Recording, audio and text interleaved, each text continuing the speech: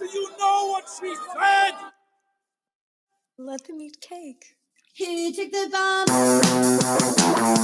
We're getting screwed, man. Every time we turn around, we're getting screwed.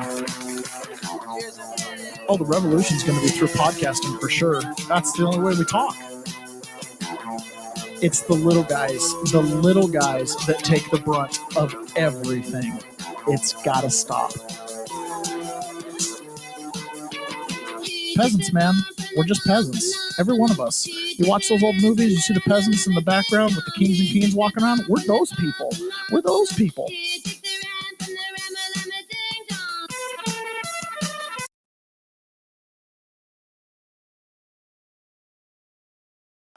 Good morning, peasants. Welcome to another episode of The Peasant's Perspective. I was so on it, and I didn't unmute my mic or turn my camera on. Welcome, everybody. Welcome. Glad to have you joining us this morning. We got the stream started about 45 seconds early because yesterday the stream cut off early.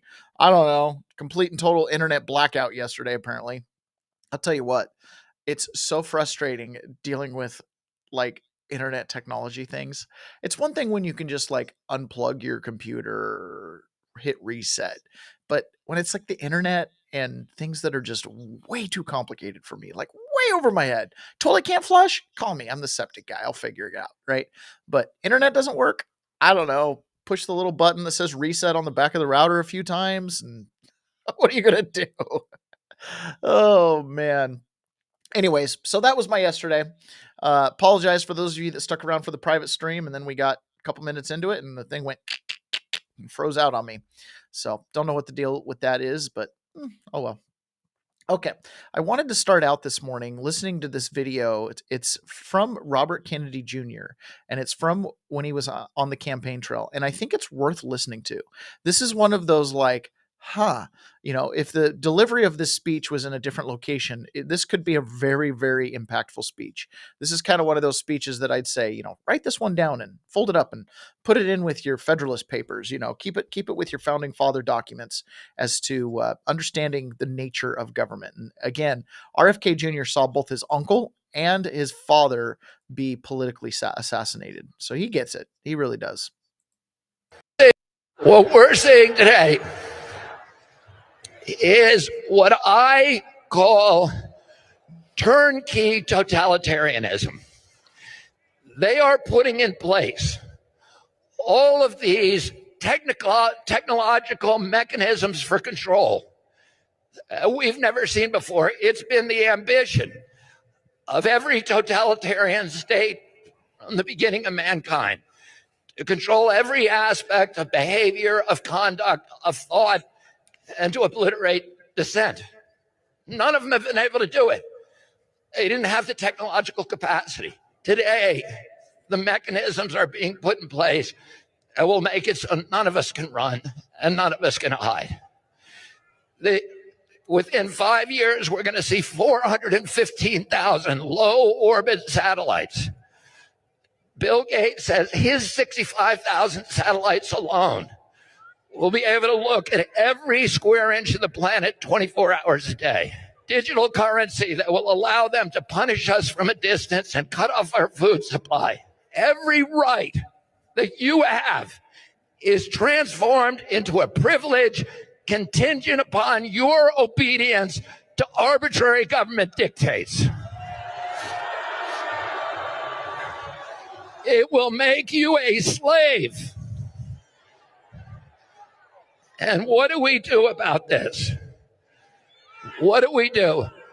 We resist. I'm going to tell you 3 rules that you all need to know and memorize. Number 1, every power that government takes from us, it will never relinquish voluntarily. Number 2, every power they take from us, they will ultimately abuse to the maximum extent possible. Number 3, nobody in history of the planet has ever complied their way out of totalitarian control. Every capitulation is a signal to the oppressors to impose new forms of torment or torture or compliance or obedience. Every time you comply, you get weaker. Bullies cannot be appeased. It just encourages them to new forms of torture and torment. Every time you say yes, you're getting pushed back to a weaker position. That's why we need to resist today. That's why we need to resist today. What a great speech. So this is an ancient theme, right? This idea of the free man and the slave, and the master trying to control his slaves, right? It's an ancient theme. This is a theme that finds itself present in ancient scriptures. This is a theme that finds itself present in middle-aged writings. This is a theme that finds itself present in our sci-fi fiction today, right? I mean, isn't this the whole thing with Star Wars, the Empire versus the Republic, right? Free versus slaves. So RFK Jr. is really giving us a good roadmap here. And Frazier mentions in the chat about January 6th, people getting put on no-fly lists. The answer to that is yes, we did get put on no-fly lists. In fact, I'm going to talk about that here a little bit later in the show when I share that specific video talking about January 6th. Yesterday, I had the opportunity to go sit at I'm not sure what kind of event it was. It was a services event for the county. It was like all the different available programs and services from county to nonprofits, and it was like a convention event thing. I put up a table, so I went to that to fill in for my wife at leftbehindwithout.org, right? She's out of town, so I had to go and sit this booth. Totally happy to do it. It's my pleasure to go do that, right? To think that I could help a kid maybe doing that is significant. So I'm sitting in this booth, and as people come by, there's a banner talks about 1 out of 12 kids will be affected by incarceration. Their parents will be incarcerated. 1 out of 28 kids currently has a parent that's incarcerated. I mean, these are stunning numbers. And it's interesting watching people's body language as they walk by the banner and they read it, and their eyes kind of like, wow, it's a lot of people. And over and over and over again, as I was talking to them across this table, it came up, yeah, you don't really know how significant the problem is with intergenerational incarceration or the criminal justice system or anything until it touches you. And I always think about this amendment we have, the Third Amendment, that says that they can't quarter soldiers in your home, right? The founding fathers thought it was so important, and they baked this constitution. They're like, oh yeah, and by the way, no soldiers in the houses. Like, for us, when we study history, we view that as kind of like this throwaway amendment. Like, it seems obvious, you don't want to have a garrison in your house. What the heck? Of course, your front room's not a barracks. Seems like almost obvious. Things like freedom of speech to us, we take for granted today. Like, it's just inherent. We were born with it. That was like a novel concept 250 years ago. Okay. Freedom of speech. Are you kidding me? You can't speak out against the king or the current warlord. So novel idea. But this idea of not quartering soldiers in the home. If you're just a regular American sitting out there somewhere in, Southern Virginia or Northern Georgia or, on the coast of Rhode Island, the idea of quartering soldiers in your home is foreign. You live in the country. There's no active conflict or battle around you. But for those people who lived in New York or lived in Boston, the quartering of soldiers in the home was almost what broke the loyalist loyalties to the king. Imagine yourself, a young man in his mid-30s. He's got a teenage daughter at home, and then a young daughter that's, just about to become a teenager, and you've got a cute, beautiful woman back at home, and you're heading to your blacksmithing job. And upstairs in your house are 2 British privates, drunk from the night before, vulgar, crude, far from home, no accountability, don't like the Americans very much. And you're leaving these 2 soldiers, these 2 uncouth men in your home with your teenage daughters and wife. You don't know how tyrannical and oppressive policies like that can be till they reach out and touch you. Okay. Eric Swalwell was on CNN, and he's giving warnings to people who are working in the Trump administration and people who support Donald Trump that the Democrats are going to be back in power and they're going to come for you. And this echoes what Trump had said about them. And it echoes what Chuck Schumer had said about going after the intelligence agencies. They're going to come back from you. The tit for tat, the back and forth. Listen to this. It's crazy. Well, first, we are making it clear that we're going into the majority a year from now. We have every intention to do that. And so we will bring oversight, accountability. We will subpoena the Department of Justice, but also private actors who have done these drug deals with the administration, college campuses, entertainment companies, law firms. And so accountability is coming. And so one, it's all coming out. Two, I hope that deters people from doing more of these deals, these one-offs with the president. One other point, though, on Comey, Kate, this happened when Donald Trump was president. So if you're trying to tell me this is not politically motivated, the statement that they're referring to where he allegedly lied, Donald Trump was president. So why didn't you indict him then? Well, first, So I love how both sides will do this. They discount the deep state's role, like the deep state doesn't have a vote in this. Why didn't you indict him back then? Does anybody think that Trump had control of the DOJ in Trump 1.0? Jeez, man, why didn't you do it back then? Well, he didn't have the tyrannical leadership that he has now. Okay, so what RFK says is that any tool that you give to government will be used against you. This is what we're watching in live time. The tools that we've given to the government to fight corruption, to fight crime. First of all, they took a back seat for many, many years, but now they have these tools, these surveillance tools. One of the things that's so disturbing to me is I hear these reports that individuals aren't getting subpoenas, right? Like, oh, my bank accounts haven't been subpoenaed. This hasn't been subpoenaed. But then I sit back and I think about it for a second. And I think, it's interesting. When I got subpoenaed, I didn't really get subpoenaed. Facebook got subpoenaed, Twitter got subpoenaed, Google got subpoenaed, right? Apple got subpoenaed. They all got subpoenaed and I didn't know it. They were rifling through my stuff before I was aware of it. So again, we give them these tools. They're going to use them. They're going to use them.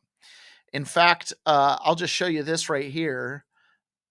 We'll jump ahead here. So in essence, to these tools that they'll use, another thing that I often talk about, and this is, again, the more context you understand around this topic, the more the inconsistencies in government, where we look at government, even at a local level, and go, how does this serve the people? Okay. It's the logic of something. A clock, like a nice Swiss engineered clock, it may not tell the right time, but it's going to turn the gears, right? It's going to do the logic. It might not give you the results you want. The time might not be set correctly, right? And that's what happens with our government agencies. We build a nice Swiss watch. Everything's supposed to work. Piece of paper goes from this desk to this desk. It gets signature here, signature there. Somebody approves this, somebody approves that. Bada bing, bada boom. Everybody's equities, everybody's safe, everybody's good. We're all happy. But then if somebody doesn't come in and set the time, that clock is going to churn, and the logic of it is going to give us something that we don't want. This is what happens all the time. And for someone like me, who has this weird innate ability to kind of see the logic of something like that, I go nuts. This is what happens in the family courts in the United States. Family courts, right? We've given them these tools over our families to help in a divorce and all this kind of stuff.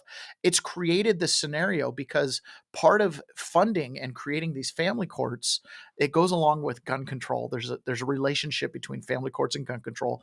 And on top of that, the court system gets reimbursed. The state gets reimbursed for child support. So let me give you how this works. If I am in a custody situation and I am employed and I have total capability and responsibility to care for the kids, okay? If I take those kids over, I don't pay child support, right? Because I have custody of them. The state gets a matching child support payment.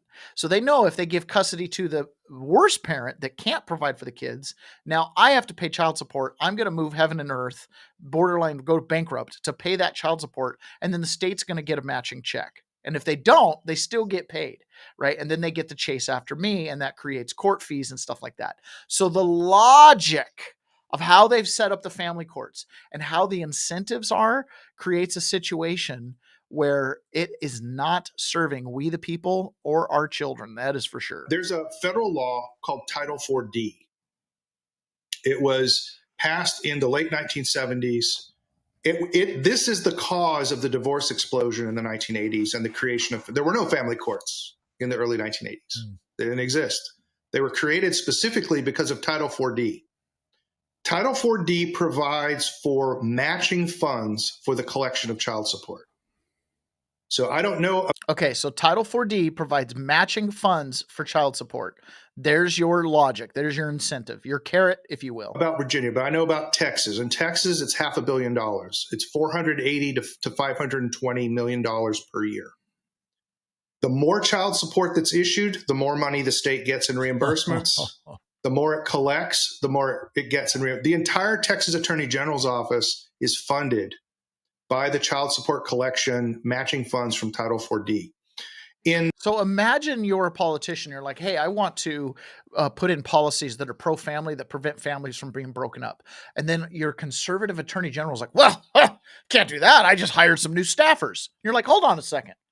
How do those two things connect? I'm not exactly sure how the ankle bone's connected to the elbow bone here. What do you mean? I want to support the family. I want to decrease the divorce rate, lessen the financial burden of child support, increase outcomes for youth.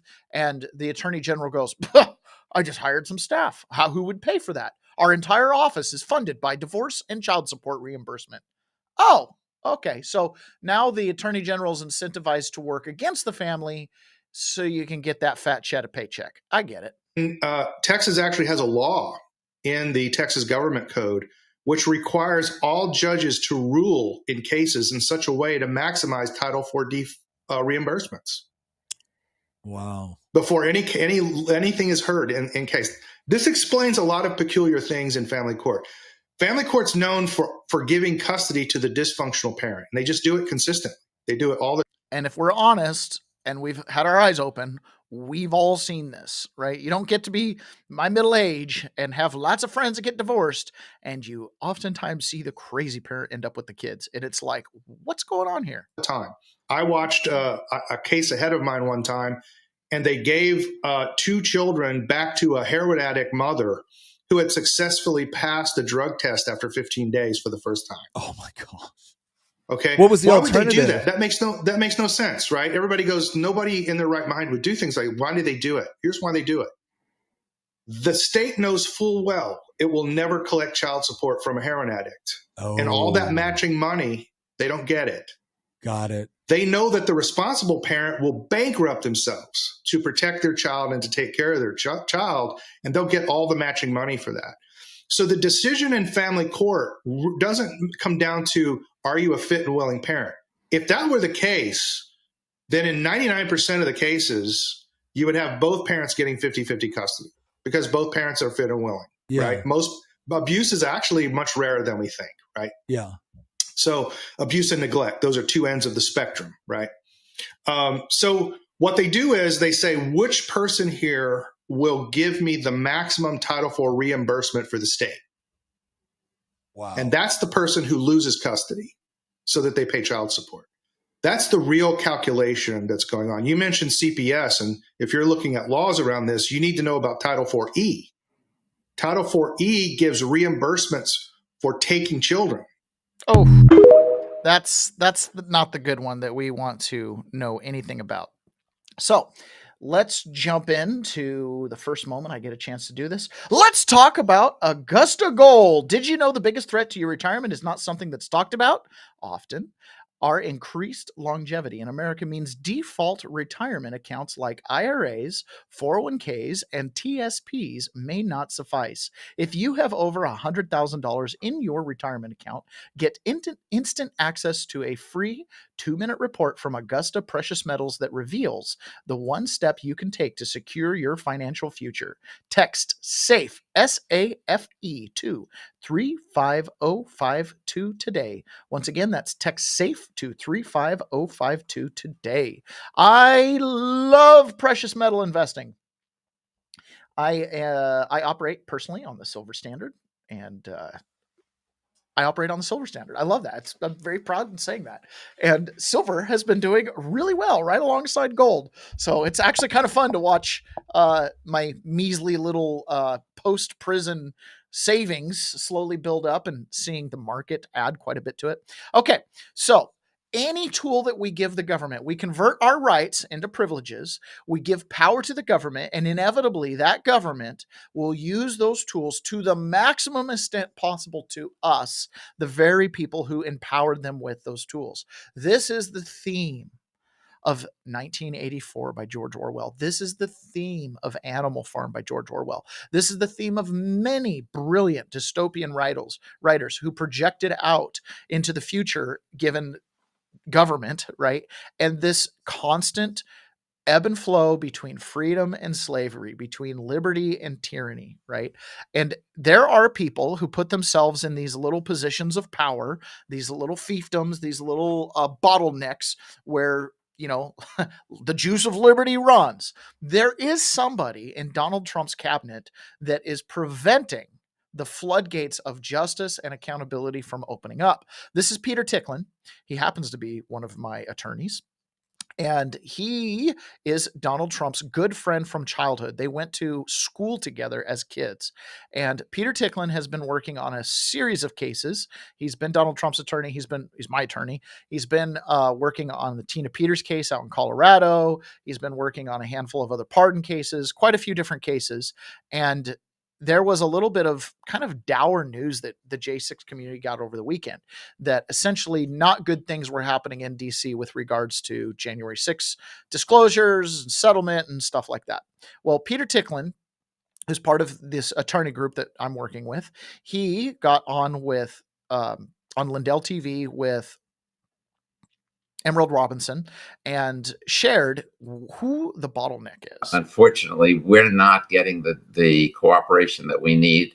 The one that is running things now in the Department of Justice, Pam Bondi sits at the head of it, but the COO, so to speak, the person who actually runs it, is Todd Blanche, and Todd Blanche is failing on all measures. Because of him, we haven't had a pardon granted since May. Because of him, he wants the J6ers to not be compensated for all that we put them through. Because of him, we're not getting the things that we need for Dominion machines, et cetera, et cetera. Now, this guy used to be, until January 4th, 2024, he was a Democrat, a registered Democrat. And then he represented Donald Trump on the Stormy Daniels case that any Democrat would have done the same job. But I don't know that this leopard ever changed its spots, because for some reason, everything that needs to be going forward in order to make Donald Trump's presidency work is being stalled intentionally by this man. And it's not because of ineptitude. This is a smart guy. This is a very capable guy. And it's not because he's not capable. It's because he's intentionally doing things the opposite of what Donald Trump has ordered. When I heard this news come out yesterday that Peter Ticklin had done this interview, and then he did a subsequent interview on War Room, which I'm going to play here in just a moment as well, I was very heartened to hear him say it, right? Todd Blanche is a problem with this, and this. These are Donald Trump initiatives. J6 settlement, free Tina Peters, get after the Dominion voting machines. Basically, Todd Blanche, in some regard, is acting as an obstructionist when it comes to the 2020 revelations. Okay, that's a big deal. Right? This reminds me so much of in Trump 1.0, Pat Cipollone, who was the White House general counsel, that was constantly getting in the way. He was constant. Sidney Powell, you can't be a special what do they call it? Special prosecutor, whatever, special counsel. Oh, I don't know the paperwork. Oh, we can't let Mike Lindell in the office. Oh, Patrick Byrne, he's crazy. Right? Pat Cipollone at the end was basically, he had his job all lined up. He knew where he was going, and he just wanted to block the Trump administration to the last minute. Now we've got this new guy, Todd Blanche. I didn't know a lot about him, okay? But now I'm starting to find out more. So here, Peter Ticklin goes into a little bit more detail, how Todd Blanche is getting in the way of freeing Tina Peters, what she's going through, and kind of some of the mechanics of all of this. Things you worked out, and with Todd Blanche, I know there's some something going on in justice, and maybe that'll become clear in the next week or so. But the BOP, Bureau of Prisons and state prisons, do swaps or reallocations of people, I think, all the time. The Bureau of Prisons is always in conversations with states.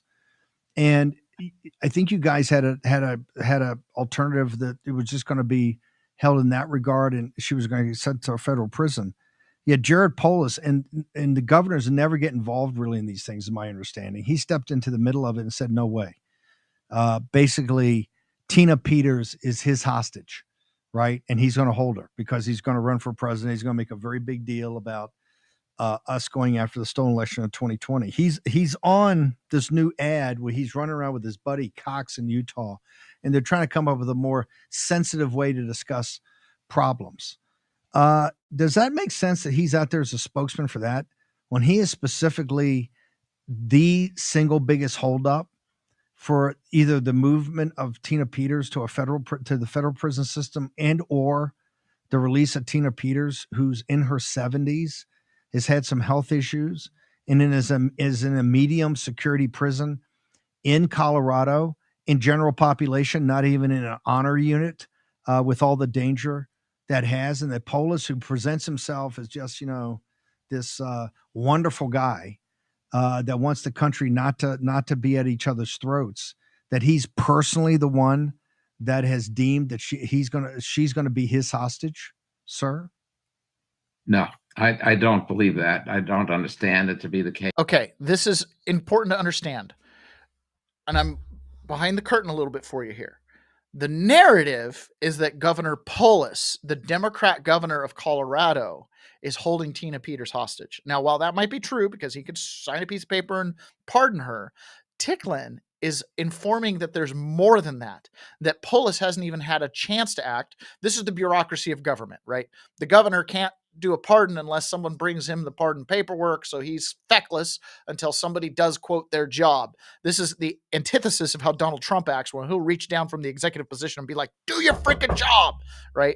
Little bit different there. But Ticklin clarifies this. It's not the narrative that the right wants to push, that it's all on the governor. In fact, it's Todd Blanche. Case, and I've been very involved in the process. It never got to the governor. It never got to that point where he can say yes or no, or anybody ever brought it to him. This was scuttled by, my understanding is that after everything was set up, and she could have been released on her birthday. She was 70, by the way, on September 11th, and she could have been transferred on her birthday. Instead, she is still where she is, and I don't think it had anything to do with the governor of the state of Colorado. It could, once he's given an opportunity, but that didn't happen yet.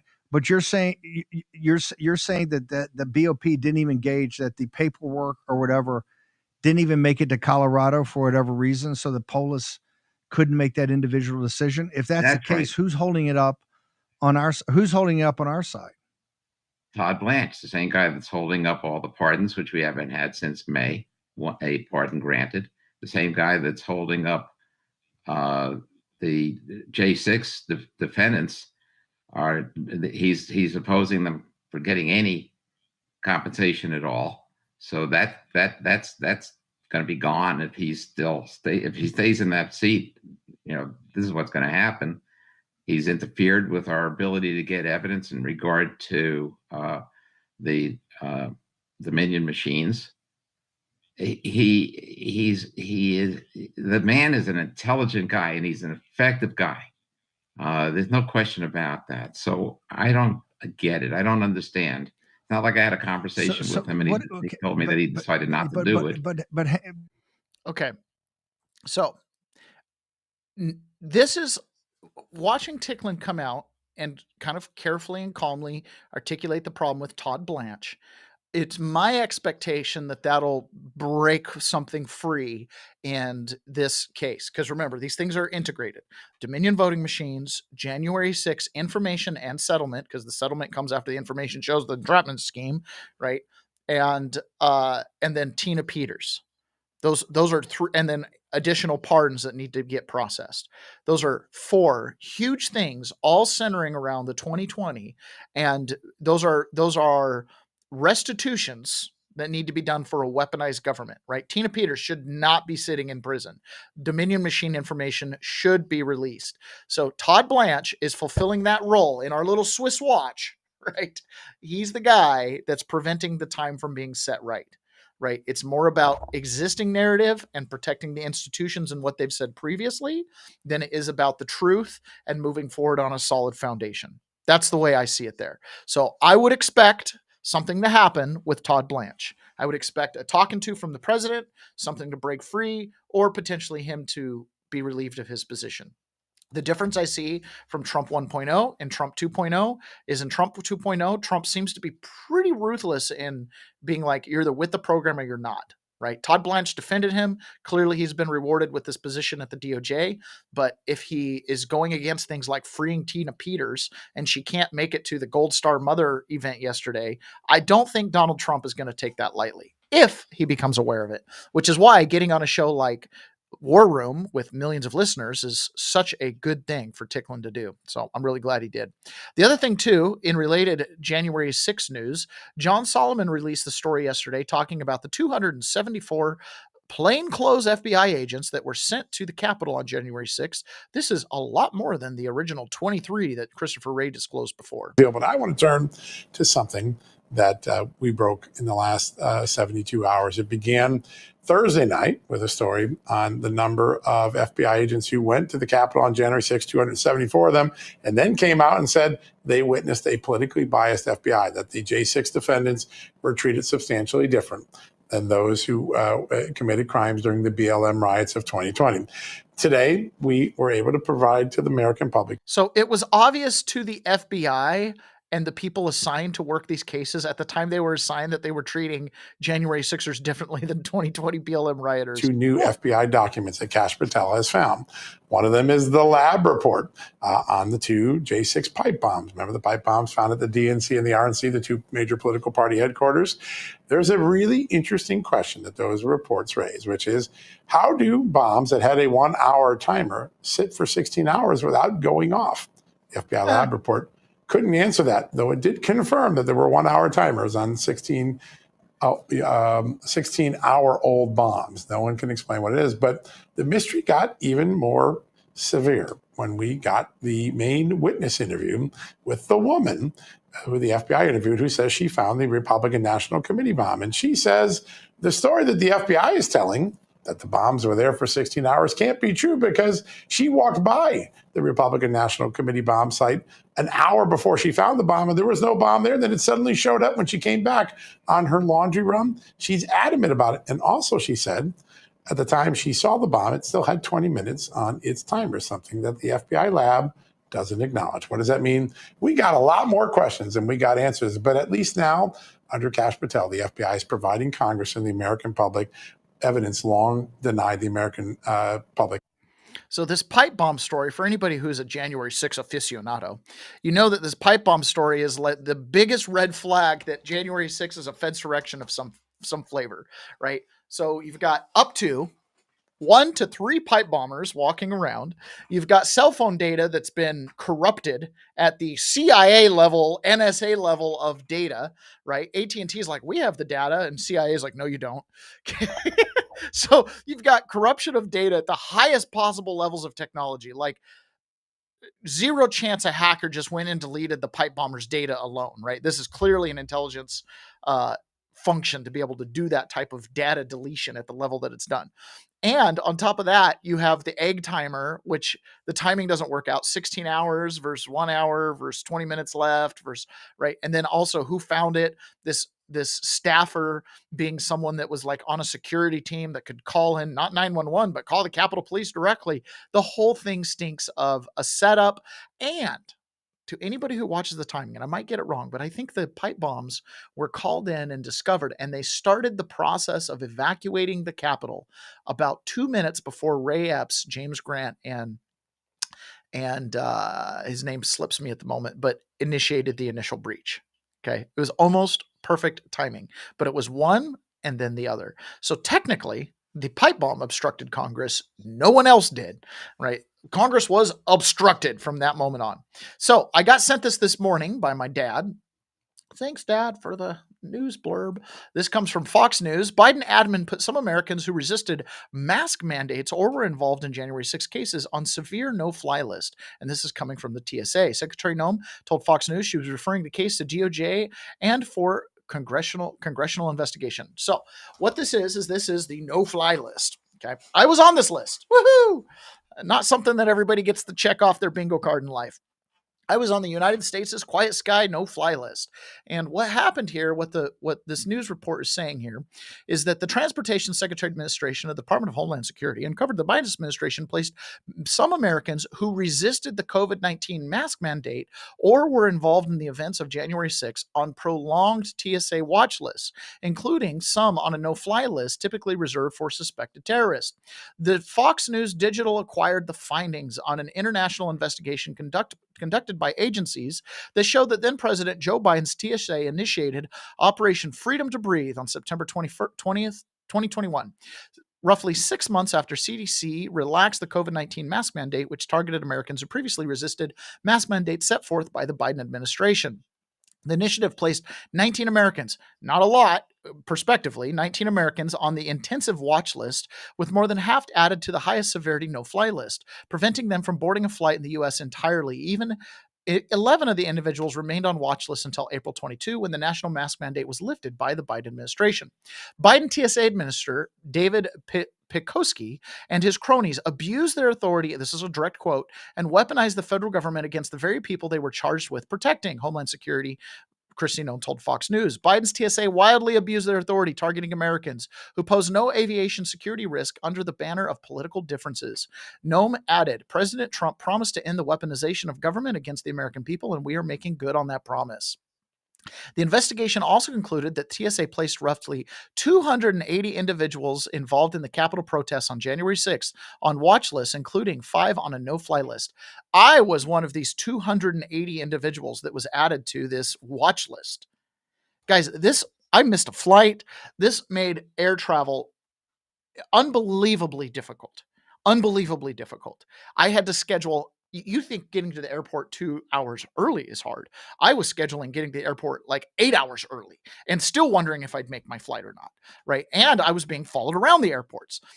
There's another report, which I'm not including here today, but there happened to be a federal marshal whose wife attended January 6th, didn't go in the Capitol or anything, but she was added to this watch list. Took them almost 2 years to get her off the list, and she was followed by marshals on every flight, often documenting minute by minute things that she was doing. What things she was browsing on her cell phone, they were documenting in their notes. Guys, I spent lots of hours walking around airports because remember I had to get there so early, so I'd spend quite a bit of time walking around. They were being tracked. Any power you give the government, hey, we want you to protect us from terrorism. Okay, great.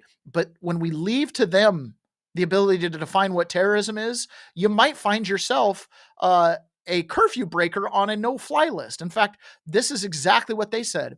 Another TSA official added, employee also expressed worry over watch listing individuals allegedly involved in the Capitol protest, saying most individuals who were arrested are, quote, technically curfew breakers, end quote.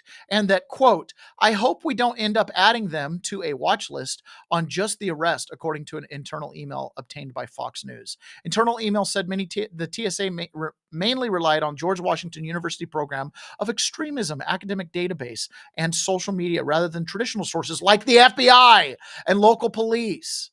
So the TSA was adding people to this watch list based on George Washington's University program on extremism. So George Washington University was creating a database. So basically you've got like PhD, master students, and TAs deciding whether or not I am a terrorist based on my social media presence and my attendance at the Capitol on January 6th. Another individual, the wife of a federal air marshal who was also not present at the Capitol on January 6th, but was apparently in town, was added to a watch list due to additional bad intelligence from the Biden FBI. Americans allegedly involved in the events of January 6th who were not tied to the unrelated individual incidents were removed from various watch lists on June 28th, 2021. A majority of Americans allegedly involved in the events of January 6, 2021, who were placed on watch lists, were removed from them by June 28th, 2021, though some who had been charged remained watch listed until they were cleared. I was not cleared. I was pardoned, released from prison, sitting in a Kansas City airport, trying to get my boarding pass cleared. And not only was I not cleared, but they added my wife to the list. My wife flew to Missouri, no problem. But when she got her return ticket, she'd been added to the watch list because she was flying with me.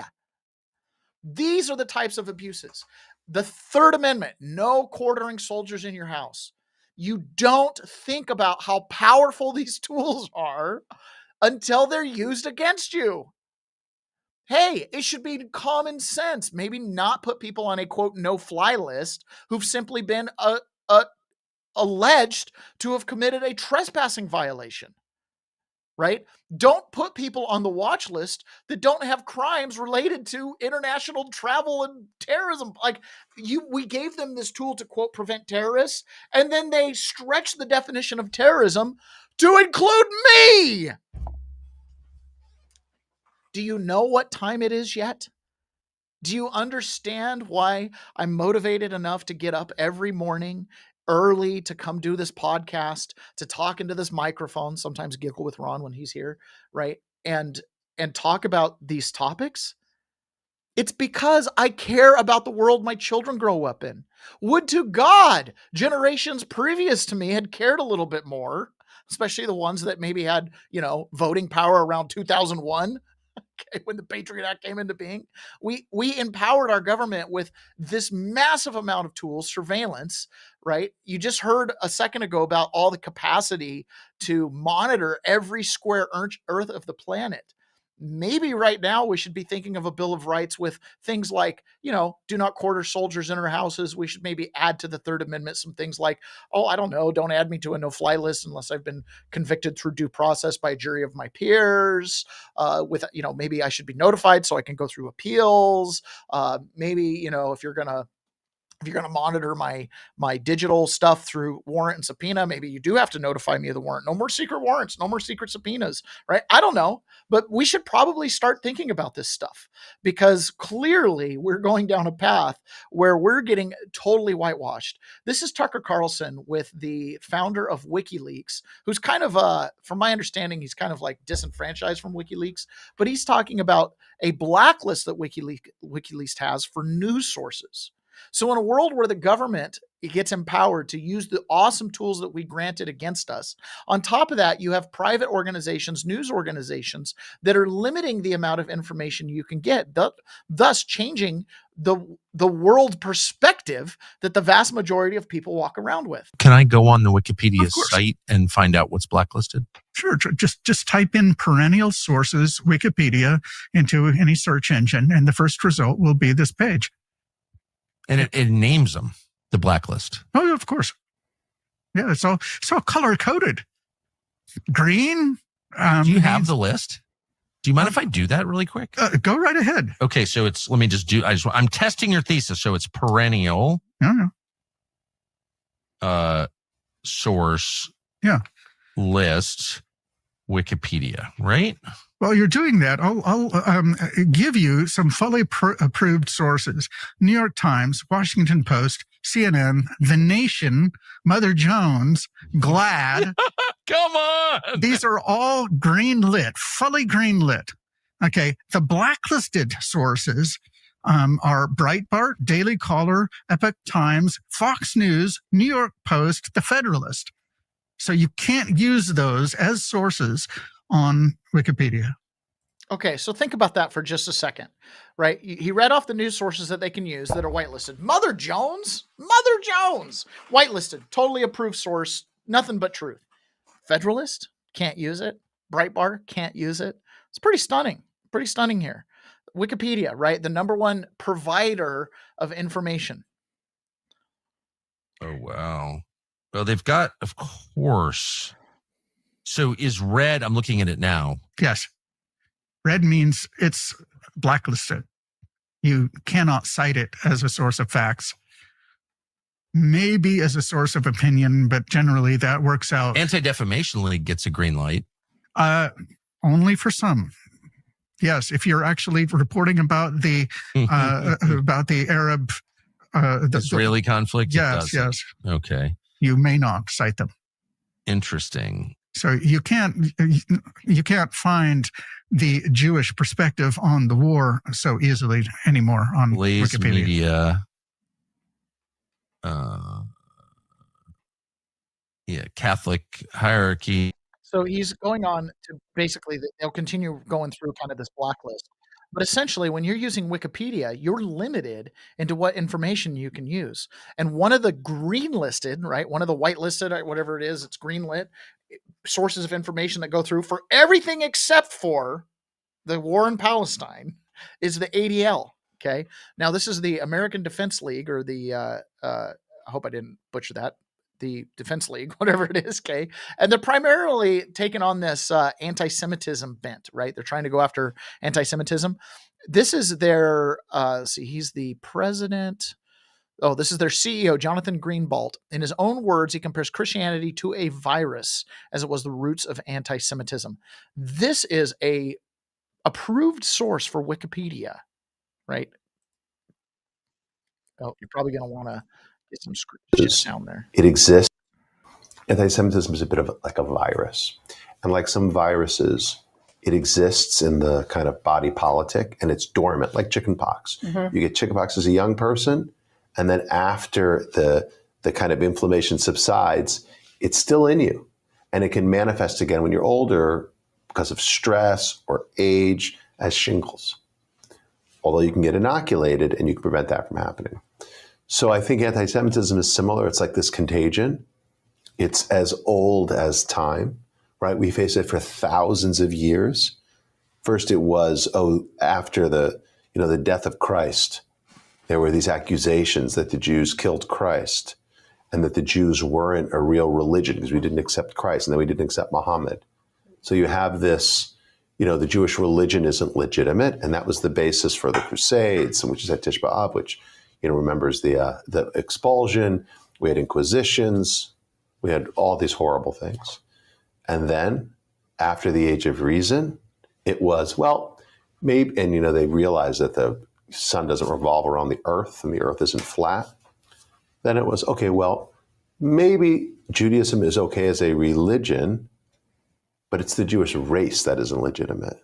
And then we saw kind of anti-Semitism metastasize into this kind of race-based form of hate, which of course exploded with the Shoah. And then after the tragedy of that, the injustice of that was exposed, people then said, it's not that their religion is illegitimate or their race is illegitimate. Now it's the Jewish state that's illegitimate.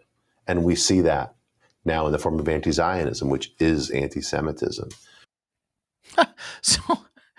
So it's a mind virus. Well, the Christians are a mind virus. They just blame the Jews for everything.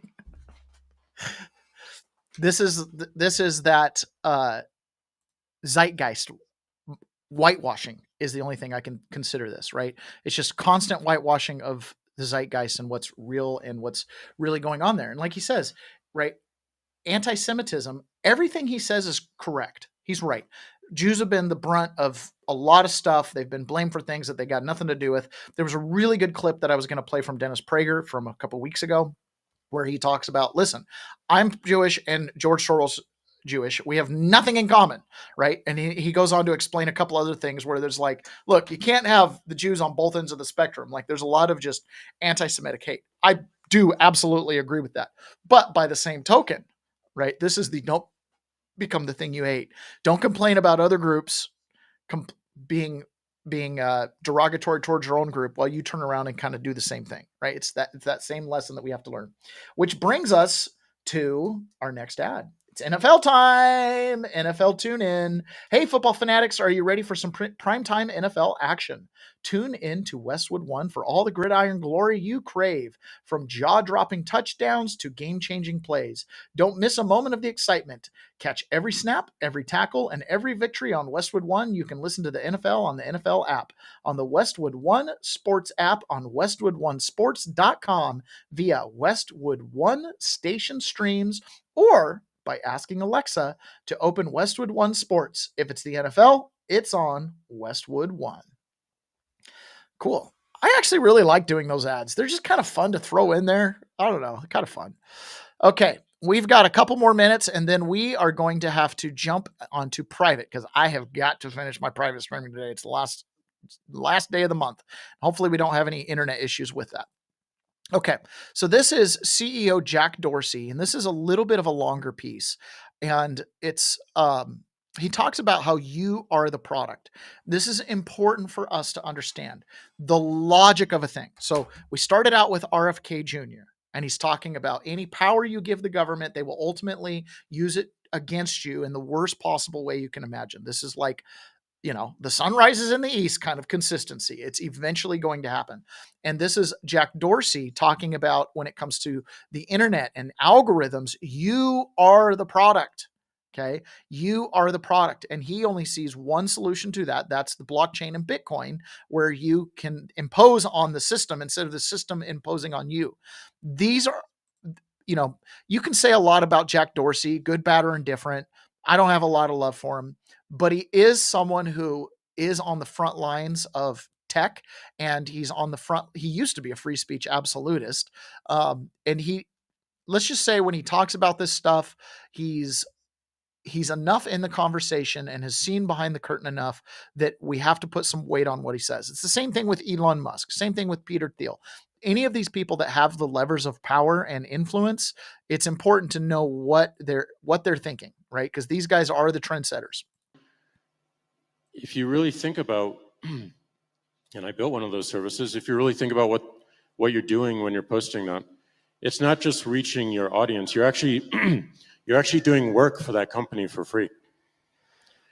Every time you hit the heart, every time you like a post, every time you retweet something, that's a signal to an algorithm, which then takes that and a bunch of other variables and uses that as a way to push into someone else's feed. And all of these algorithms predominantly are only focused on increasing the number of impressions. And the reason why is because that increases the number of advertising revenue for them. It has nothing to do with you. And if you just if you just observe a little bit and you watch someone on their phone, and there's a bunch of you on the phone in the downtime, and you have Instagram open, you have Twitter open, X, Threads, Blue Sky, maybe not Blue Sky, but whatever it is, you actually just watch them and they're scrolling, tap, tap, scrolling, tap, tap, scrolling, tap, tap. That company has successfully made you an employee without paying you a thing. And we need, if we value what we believe is the value of these services, which is to broadcast to the world and to broadcast our information, our lessons, our learnings, our stories to someone that's going to care about it, we need to own that protocol layer. That protocol layer needs to be permissionless. I should not have to ask Google on whether to build a feature or not. I should not be reliant upon Google's algorithm to tell me what I should pay attention to, because they're programming you. And they can change that algorithm at any point and program you in a different way. And they have in the past, and they will continue to do so. So do you want to live in that world? Do you want to continue to give it your attention? Do you want to continue to work for free? Or do you want to own something where you can build on top of it and you can control the media, you can control your story, you can control your narrative, along with all the other people that are interested in unleashing themselves from this dynamic that we've created and that we've been trapped into. So I can't think of anything more exciting than the fact that we have money that's completely permissionless, exchange of value, and we have now social media and generally media, which is completely permissionless, which is another exchange of value. And there's another big thing coming. It's on the horizon. We're hearing a lot about it right now, which is artificial intelligence. And you're seeing that it's not just the money that was centralized. It's not just the media that has been centralized, but now intelligence is centralized. And intelligence isn't your IQ score. Intelligence is actually all of the collective intelligence of the people around you, all the potential you have for learning and actually experimenting and sharing that knowledge. Do you want that intelligence to be locked up in 5 companies that are dictated by 5 CEOs that are not voted in, but that can determine, again, how you perceive intelligence, how you perceive the world, and actually what you do because you read those particular things? So decentralizing and making permissionless AI models, LLMs, agent systems, is something that we need to focus on. Everything that we're doing with Bitcoin, everything that we're doing with social media has to be applied to this new model, which is intelligence. And if it's not, then again, you are the product. You are doing free work for these models, and you will be displaced. Your contribution will become irrelevant. And that scares me the most. Yet, we have proven over the past 16 years with Bitcoin that another model exists. The whole world values, some of the biggest companies in the world, Wall Street, BlackRock, actually values. And they didn't choose to get in immediately. They got in because they had to, because the people kept developing it, and this thing is not going away, and it gets stronger and stronger and stronger. And we have the potential, everyone in this room, if you make the decision, I'm not going to contribute purely to corporate media or corporate intelligence or corporate money anymore. I'm going to do the hard thing, and it's extremely challenging right now because it's not accessible, it's not usable, it's confusing as hell.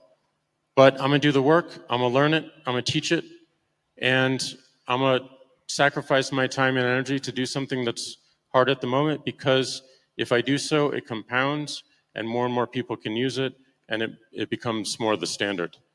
So it's really important that we make that decision and that we potentially remove these apps from our lives, or we at least bias towards other solutions that the people actually own, that no one company, no one government can corrupt or change the direction of, and that we can, just because we built something that people value and people go that direction, and another someone builds something of different value and people can find it there. So that's the important thing about all these technologies. Sorry, my answer was so long, but I had to get all that out. It's exciting. Like, it just keeps getting. Okay, so he is saying much of the same theme that we've hit on for 5 years now. You vote with your dollars, your eyes, you vote with your clicks, your dollars, and your eyeballs, right? The algorithm is either feeding you or you're feeding the algorithm. Either the system is happening to you or you're happening to the system, right? Being conscientious of the fact that you're training AI, you're training the control grid. That is also one of the motivations why I do this show the way I do it. I figure we're training the AI, right? No better way to let the AI not recognize conservative voices or conservative opinions or the peasant's perspective than to not tell the AI the peasant's perspective. So to the extent that I'm able to fill the internet with some vibrations and some bits of information one way or the other, I'm doing that. Okay, but he's absolutely right. Take the apps off your phone. You know, interesting position here. Hey, I want to be a social media influencer and run a podcast. Stop listening to social media. But I practice what I preach. I don't have the social media apps on my phone. I don't have Facebook on my phone, Instagram, any of them. The only one I have is X, right? Everything, and then Telegram messaging app, right? I keep it very, very basic. Now, I've been on the other side of the government's weight. I've seen the subpoenas that come back for your data, and frankly, you'd be wise to be less interesting. Okay, have less logins, have less places that you're being attached to, because what we have coming could be kind of rough. And then again, this goes back to what RFK said. Any power we give them, they're going to use against us. So I'm going to play this Glenn Beck piece. Actually, let me just double check here. I need